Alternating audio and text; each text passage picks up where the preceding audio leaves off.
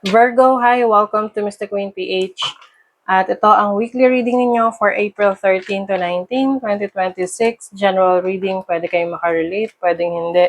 Just take what resonates. Another reminder, I will not message you or follow you para mag-offer ng services. Mag-ingat kayo sa mga fake accounts and scammers. Kung gusto nyo ng private reading, just go to my website, mrqueenph.com, or mag-book kayo directly sa aking calendar. Link on the description or comment section. So Virgo, what is the energy for you? For Virgo. Parang feeling ko sa mga Virgo ngayon, tinatamad. Okay, you have the Chariot. You have the Four of Wands. Parang kasing gusto niya magliwaliw. Oo, pagdating sa work, you feel like alam niyo na nakapagtrabaho na kayo, marami na kayong na-effort ng mga nakaraan. So ngayon gusto niyo mag-relax. Ayan. You have the Chariot. This is traveling, going to different places.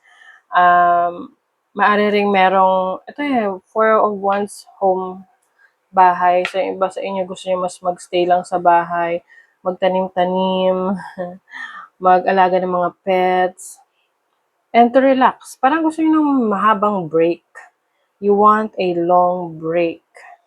Ayan. With the Lovers, I also see here that mag-suspend ka ng time with your loved ones. Pwedeng iba sa inyo, merong honeymoon. Or, merong magbabakasyon kasama ang inyong mga mahal sa buhay. You have the Page of Cups, Ten of Wands. I think some of you are so inspired. Inspired kayo sa bagong responsibilities ninyo. O diba, na-inspire sa responsibilities. You have the Page of Wands. Kaya, gusto nyo ngayon na bigyan muna ng time yung sarili ninyo na makapagpahinga, makapag-recharge. And then after that, balik uli sa trabaho. Meron kayong ma-achieve dito sa work, sa career ninyo. Something that you've been manifesting, something that you've been working on. So, congratulations in advance. Meron kayong kung mahilig kayo mag-travel, kung mag-travel kayo ngayong week na to, meron kayong importanteng taong makikilala that will help you pero may itutulong to sa'yo na idea or skill set na yun yung magiging way mo to improve yourself or to improve your life. Meron ditong takpan lang natin kasi baka ma-flag. Okay. You have Jupiter in the 12th house. So, Jupiter is the planet of expansion, good luck. I feel like meron kang great ideas that you want to manifest. But, kailangan kasi rito na maging active ka. Like, you have to make that decision, do something about it, and learn more about it. Kumbaga i-research mo siyang maigi. Yung idea na yon, yung creative na idea mo na yon. Kasi this is going to bring you stability and at the same time, luck, good luck. Oo, kasi si Jupiter is about good luck. Now you have Saturn in Scorpio.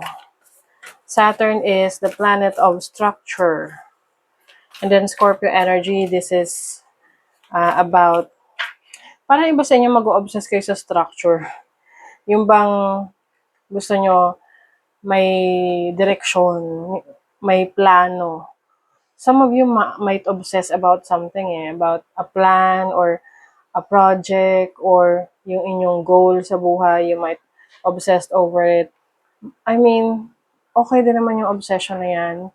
Kasi dyan, pag na-obsess ang isang tao sa isang bagay, lalo na sa career, trabaho, or sa project, talagang asahan mo magiging successful yan. Okay, hold your vision, yes. Virgo, kung ano man tong inyong naiisip, itong inyong pangarap, panghawakan mo lang yan. Okay? And at the same time, take reality check. Kumbaga, ano rin. I-check mo rin kung ngayon practical siyang gawin. Kung hindi. And, take practical steps to make it happen for you. Okay? So that is your reading, Virgo. Thank you so much. See you again.